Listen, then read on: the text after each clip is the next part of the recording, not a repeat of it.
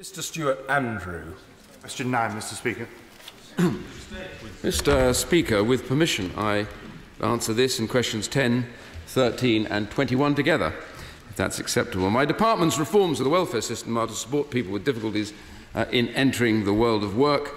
We've looked extensively at this, and we're introducing support which is tailored to the needs of the individuals to get them closer to employment and tackle entrenched worklessness. At the heart of that is the £200 million of ESF support for families with multiple problems, Mr. Speaker.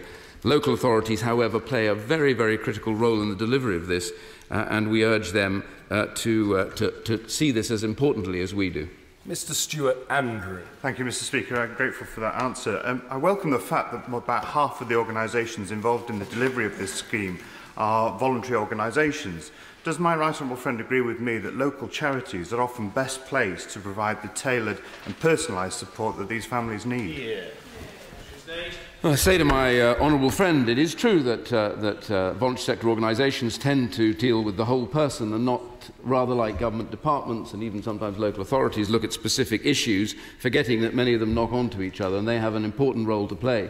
But we shouldn't get away from the fact that local authorities and government departments really have to get their act together to make sure that when they're dealing with families with multiple problems, they talk to each other. And there's always a tendency for them not to. So the good authorities of hubbing up all those services around the family and dealing with the family at the centre of it, so health, DWP, education, and all of these actually start to coordinate their activity rather than spending all that money and getting nowhere.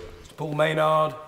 One of my wards, Claremont, is, according to the latest GCLG statistics, the 5th most deprived ward in the country.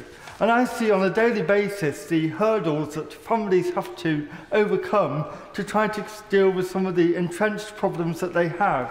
And I realise that no single agency can solve them, nor indeed can any single government department solve them. Can the Secretary of State explain to me what he is doing with the other government departments to ensure that all troubled families are getting a whole-of-government approach rather than just a series of unconnected initiative items? My honourable friend raises a very good point, and the reality is that is why the Prime Minister asked specifically that Louise Casey operate and head up a unit which is reporting to my right honourable friend, the Member for Local Government, the Minister for Local Government. And what they're doing is they're looking at the 120,000 worst affected, most difficult families.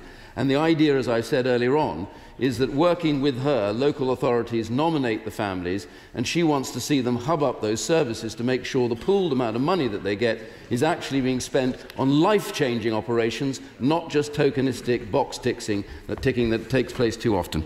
Jake Berry.